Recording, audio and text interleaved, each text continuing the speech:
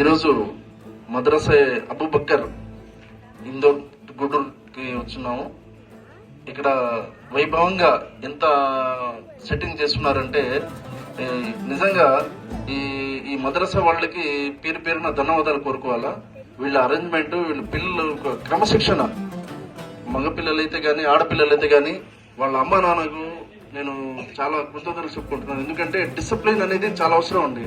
మనం ఏ జిల్లాలో ఉన్నాం, ఏ జిల్లాలో పుడుతున్నాం, లేస్తున్నామని కాదు, పిల్లలకి ఒక డిసిప్లిన్ నేర్పించాలా. ఇక్కడ వచ్చి చూసిన తర్వాత నాకు చాలా ఆనందం కలిగింది.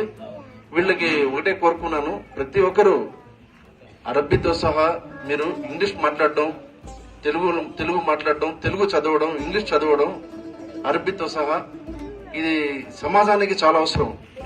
మనం ఉత్త అరబ్బీయే చేసుకుని వెళ్తుంటే మనం ఇంకా ఎదగలేము.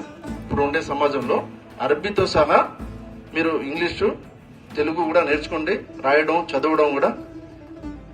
ఈ మద్రసాలో ఎంత బాగా సెట్టింగ్ చేస్తున్నారంటే నిజంగా నాకైతే చాలా ఆనందం కలిగింది. ఇక్కడ వచ్చిన తర్వాత మన మౌలానా హాజీ సాబు లతీఫ్ హజరత్ వచ్చున్నారు.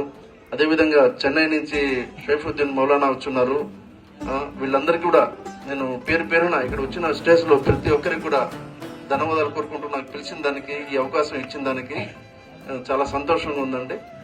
ప్రతి ఒక్కరూ కలిసిమెలిసి ఉందాం, కుల మతాలకి అతీతంగా ఉందాం. అదే మా ఉద్దేశం, ఇంకేం లేదు. థ్యాంక్ యూ సో మచ్ అండి.